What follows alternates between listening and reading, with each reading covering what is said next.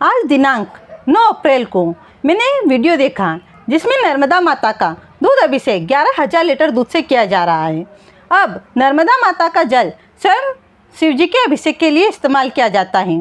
तो नर्मदा माता को क्या दूध अभिषेक की आवश्यकता थी?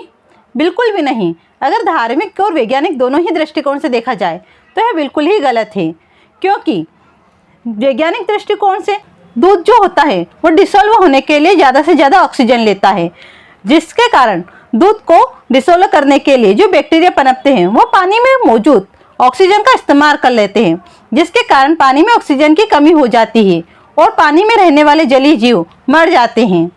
और अगर धार्मिक दृष्टिकोण भी देखा जाए तो मैंने ऐसा कभी नहीं सुना कि शास्त्रों में ऐसा लिखा हुआ है कि नर्मदा माता को दूध चढ़ाना चाहिए। यह एक पाखंडवाद है जो मूर्ख लोगों द्वारा प्रचलन में लाया गया है, क्योंकि जो लोग कपटी होते हैं वह हमेशा खुद को धार्मिक बताने की कोशिश करते हैं।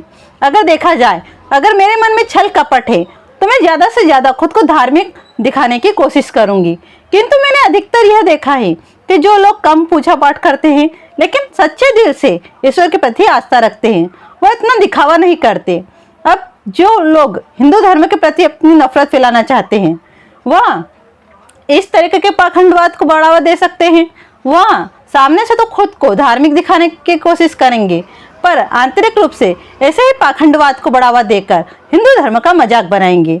और दूसरा वो जो अंदर से कपटी हैं और खुद को धार्मिक दिखाना चाहते हैं, क्योंकि उनका अहित अगर लोगों ने जान लिया तो फिर उनकी खैर नहीं। तो अगर धार्मिक देखें या वैज्ञानिक देखें, किसी भी दृष्टिकोण में जल में दूध मिलाना बिल्कुल भी सही नहीं है। और तो और जल में जो तीर्थ यात्री जाते हैं और वहाँ पर अपना कच्छा छोड़कर आते हैं तो उसकी भी कोई आवश्यकता नहीं है। अगर छोड़ना ही है तो अपनी इच्छा छोड़े, अपना द्वेष छोड़े, अपना क्रोध छोड़े। वहाँ पर आप अपना सड़ा पेड़ा कच्छा छोड़ के क्या दिखाना चाहते हो कि आप कितने मूर्ख हो? अगर आपको कुछ छोड़ना है तो ऐसा करो, एक जोड़ नए वस्त्र ले लो और उसे नदी किनारे रख दो, वो कम से कम किसी के काम तो आएंगे। उसी प्रकार बहुत सारे लोग नदियों को श्रृंगार चढ़ाते हैं। अब नदियों को श्रृंगार की क्या आवश्यकता? मैंने नर्मदा माता को भी कई लोगों को चूड़ी चढ़ाते हुए देखा है। तो नर्मदा माता को ना तो चुंदड़ी की जरूरत है ना चूड़ी की।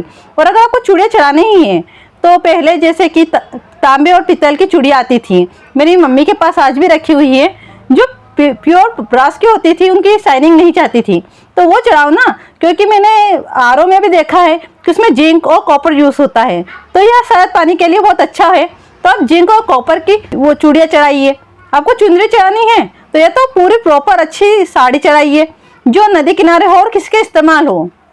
यह क्या हुआ कि हम फालतू के कांच की चूड़ियाँ चढ़ा रहे हैं, जिससे कांच के छोटे छोटे टुकड़े हो जाते हैं लहरों से, मछलियों को लग जाते हैं, कछुओं को लग जाते हैं।